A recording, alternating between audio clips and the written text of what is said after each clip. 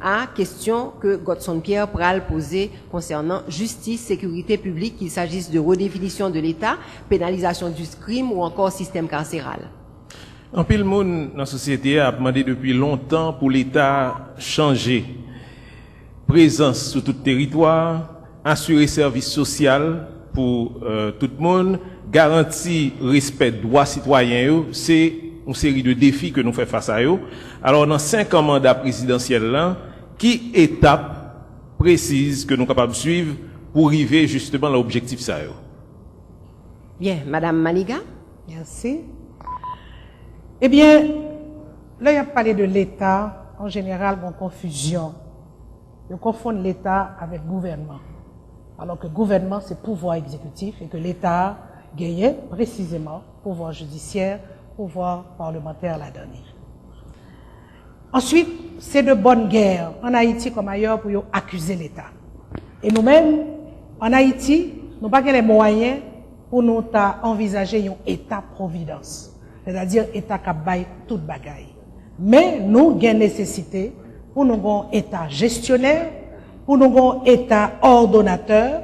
Ça veut dire que l'État, non seulement la rempli rôle à travers les 3 pouvoirs, mais en outre, l'État ça a tout. Lit ses partenaires avec le secteur privé, par exemple, avec les associations et tout, pour les capable bien gérer le bien public au service de tous. Mais insister sur le fait que faut que nous pas confondre État et gouvernement. Deuxièmement, question de la justice. Moi, je crois que l'habitué dit en Haïti que nous avons raison, que tout juge corrompu, que la justice pas existé, que faut payer pour la justice, etc. Et tout ceci est vrai. Nous n'avons pas suffisamment de tribunaux, nous avons seulement 27 juges d'instruction, nous avons 34 juges d'instruction, 27 juges de siège, nous pas sur où on a en province pour un sac qui tribunal de paix, c'est pas cap fort. Nous gagnons effectivement un problème de l'institution que nous avons justice. Nous avons un problème de ça y aurait la chaîne pénale, c'est-à-dire depuis que nous avons arrêté jusqu'à ce que là dans la prison, nous avons un problème ça. Nous avons un problème en ce qui concerne la formation des magistrats, formation des avocats. Nous avons un problème en ce qui concerne l'application des codes. Nous avons de bons codes, même si ils ont remonté à Boyer, mais ils ont amélioré de temps en temps. Nous avons de bons codes. Et Haïti, lui-même, partenaire dans un certain nombre de conventions. Nous avons des problèmes, nous avons de bonnes lois, mais qui ne sont pas appliquées. Nous avons nécessité pour nous gagner d'autres lois, par exemple, sur l'école de la magistrature, ou bien alors, enfin, pour nous gagner le Conseil supérieur de la magistrature, nous gagnons, d'une part, appliquer ça nous gagnons, améliorer si c'est nécessaire, de l'autre, nous avons nécessité de nouvelles lois, de façon à ce que justice là, nous sommes capables de justice de proximité, ou justice qui est valable pour tous, c'est pas une justice qui est faite à la tête du client, et l'indépendance de pouvoir que aurait le pouvoir judiciaire. Merci, Madame Maniga. Monsieur Mantelli, et c'est à vous-même que il y a 3 minutes pour répondre à la question Godson Pierre. Je dis tout simplement que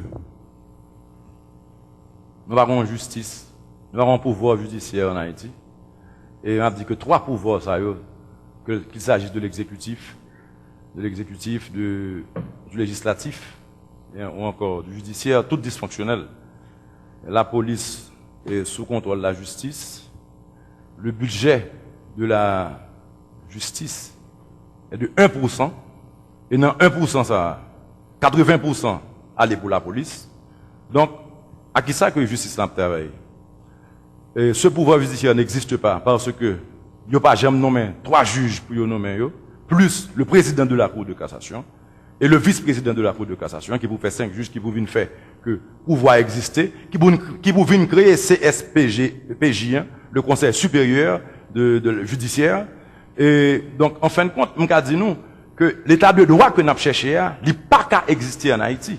Il n'a pas qu'à exister parce que l'état de droit, c'est le où une justice qui est équitable, qui pour tout le monde, et côté que, et même la plus haute instance qui l'exécutif, par exemple, qui prend une mesure de loi d'urgence, qui décrète que la prêté pour 3 mois en plus là, ou pas gain recours en inconstitutionnalité, parce que justement, on ne peut pas aller devant la haute cour de justice, parce que, ou bien président du Sénat, c'est vrai, mais ou pas gagner le président de la cour de cassation, ou pas gagner le vice-président de la cour de cassation, ou pas gagner l'école de la magistrature qui est là. Donc, le pouvoir judiciaire n'existe pas, je dirais carrément. Il y a certains membres qui sont là, mais ça n'existe pas. Au niveau de la police elle-même, il n'est pas encadré, il n'est pas structuré, et il pas gain conditions nécessaires pour le travail. Et pas plus tard que hier soir, moi j'ai rencontré un policier qui montrait mon carte de débit que l'État bali pour le cas manger chaque jour. Et carte de débit ça, censé chaque mois pour mettre des fonds sous lui. Et monsieur a expliqué que c'est chaque 2 mois que mettre fonds sous lui. Ça veut dire que il paraît que l'État ou bien justice là qui a régulé la police à un moment, a suggéré monsieur pour manger chaque mois. Ou chaque 2 mois. Donc, c'est pour vous dire que on n'a pas le matériel nécessaire, on n'a pas l'état de droit, ok, on n'a pas un recours en inconstitutionnalité, et tout est dysfonctionnel. Et même le Sénat maintenant, et le tiers du Sénat n'est pas là, la chef des députés n'est pas là, et l'exécutif est constitutionnel parce que les bons lois, personne ne bat contre Karel. Donc, c'est pour vous dire qu'on ne peut même pas parler de justice maintenant en Haïti. Madame Maniga, ou bien une réponse ou un ajout qu'on t'a aimé faire à la question? Non. Bien, alors. Simplement, la Haute Cour de justice, je crois que Michel Martelly, on vous a mal conseillé sur la Haute Cour de justice. D'accord? Moi, des conseillers judiciaires, expliquez où ça y aurait la Haute Cour de justice. C'est tout. Qu'est-ce que j'ai dit? Vous l'avez juste mentionné en parlant du président du Sénat et que pas un président de la Cour de cassation. C'est quoi pour vous, la Haute Cour de justice? C'est quoi? Bon, d'après les informations que j'ai, parce que moi, je ne suis pas avocat, pour aller et pour faire recours devant la Haute Cour de justice. Mais c'est quoi la Haute Cour de justice? C'est quoi? C'est mettre ensemble. Non, mais qu'est-ce que c'est? Ce conseil, une cour qui devra décider, qui devra trancher. Non, mais c'est quoi la Haute Cour de justice? Ah bon, la Haute Cour de justice, c'est le Sénat. Non. La Haute Cour de justice, monsieur Martelly, ou attaquer, ou dit que me dit constitutionnaliste, m'auto-proclamer, pas du tout. J'ai fait des études, pas parler de ça. Mais là, on va parler de Haute Cour de justice, il faut connaître que c'est le Sénat qui est la Haute Cour de justice. Madame Maniga, s'il vous plaît, le public. Alors, m'a rappelé, candidat, monsieur Martelly, oui, vous avez un droit de réponse Non. si vous avez besoin de répondre. Je n'ai jamais dit que j'étais constitutionnaliste. D'après ce qu'on m'a appris, et pour aller pour la Haute Cour de justice, il fallait que le président du Sénat soit là et le président de la Cour de cassation. Non, je vous ai demandé que c'est quoi finalement? Qu'est-ce que c'est comme Bien, tribunal? alors m'a rappelé nous que nous pourrons gagner en fin de débat, nous pourrons gagner, s'il vous plaît, le public. Merci public, s'il vous plaît. S'il vous plaît, moi, je vais rappeler nous que nous pourrons gagner un temps de questions-réponses avec entre candidats. Donc, on a utilisé tant ça. Pour le moment, nous pourrons continuer avec journalistes tout de suite parce que journalistes qui déposent des questions, ils ont un droit de relance là actuellement. Et Marcus Garcia, oui, s'il vous plaît. Eh bien, merci Elisabeth.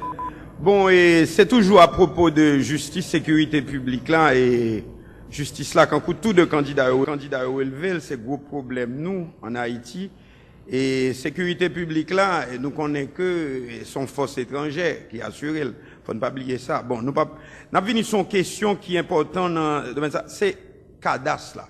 Candidat autour de parler de plan pour reloger sans abri, mais c'est sous qui bon, c'est terre. Terre ça à qui est terre en Haïti tel état que en pile moun occupé et c'est pas seulement sinistré seulement qu'occupé. Comment récupérer terre ça pour un développement qui est harmonieux.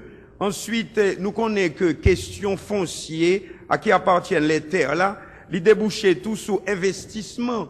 Grand pile moun qui t'a voulu investir en Haïti, mais il y a peur question terre ça, à qui appartiennent les terres. La question du foncier, du cadastre est une question qui est primordiale. OK, monsieur Martelly, vous avez une réponse sur question cadastre là? Sur question cadastre là, je dirais tout simplement que après des 1 minute, oui, c'est pas 3 minutes.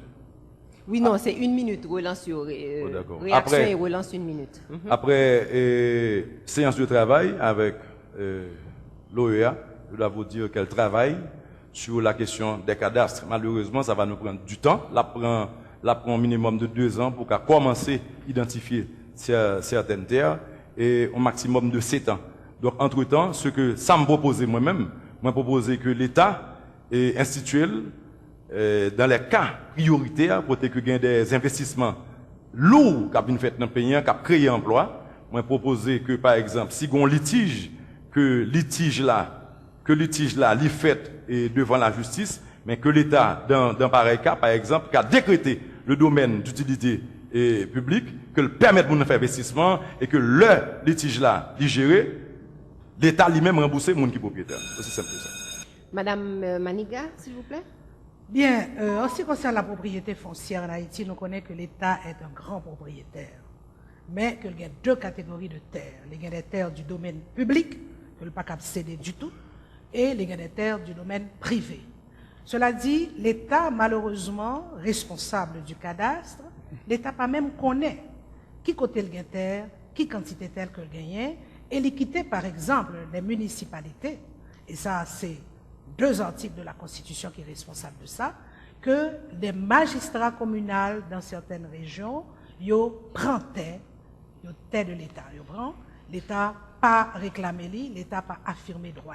Moi, je crois que, en ce qui concerne le domaine privé de l'État, l'État est capable de disposer effectivement de terres pour lui aménager, par exemple, relocation des gens qui vivent sous les tentes, et surtout pour permettre aux investisseurs étrangers de louer au moins ces terres.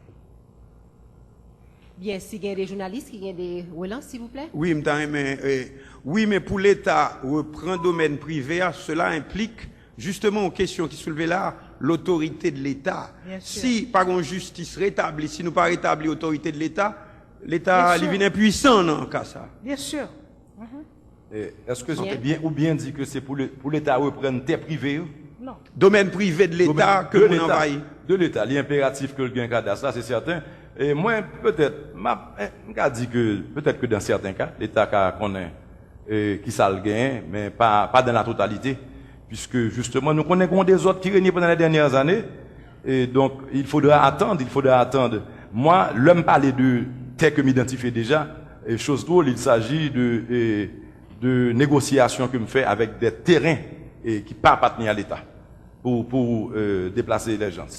Terrains qui ne pas appartenir à l'État. Bien, Madame Maniga. Non, simplement mentionner le droit qu'a l'État d'exproprier pour des raisons d'intérêt public. Cependant, expropriation, il faut qu'il soit fait sur des lois qui existaient. Malheureusement, nous voyons ça qui a passé dans le bas de la ville là, qu'il y a eu des expropriations, mais il y a eu aussi beaucoup d'abus qui fait et public là, en tout cas moi-même, je ne suis pas en bas, mais cependant, il y a des gens qui étaient en bas, il y a des propriétés plutôt, et qui n'étaient pas de nues propriétés, il y a des cailles sous eux, il y a des magasins sous eux. L'État a un droit exproprié, mais il faut que l'État baille le bon exemple pour commencer par appliquer la loi que lui-même gagne en matière d'expropriation. Bien, une dernière question de candidat, de journaliste, parce que nous allons finir avec deuxième thème. C'est ça. Je vais venir sur l'aspect consolidation système démocratique, là, et notamment sur la question qui a adressée à Mme Maniga. Normalement, nous connaissons que le Parlement est presque dysfonctionnel. Nous gagnons la Cour de cassation qui n'est pas jamais président. Ce qui est grave, c'est qu'on a eu une prolongation de mandat du chef de l'État. Et question maintenant, je connais Mme Maniga, souverain président de la République, qui le mandat a fini. Puisque nous connaissons le président supposé, c'est 7 février la Constitution, qui le mandat a fini et qui soit capable de faire pour remettre le système dans sous rail légal pendant qu'on parlé de réforme de l'État. Eh bien là, nous tombons effectivement dans la Constitution et dans la manipulation que vous faites de la Constitution. Constituant, et si quelqu'un qui l'a demandé au pardon déjà, ils commettent une erreur grave. C'est que ils ont fixé une date. Ils n'ont pas fixé un délai. Ils ont fixé une date 7 février. Et je ne comprends pas, c'est que dans l'histoire constitutionnelle, nous avons gagné des débats de ce genre qui étaient faits en 1950 et en 1902. Nous avons le même problème, ça, lorsqu'on une date précise dans la Constitution. Alors, si vous voulez respecter la Constitution, c'est le 7 février. M'a monté en mai 2011, m'a promis de pouvoir le 7 février 2016. Maintenant,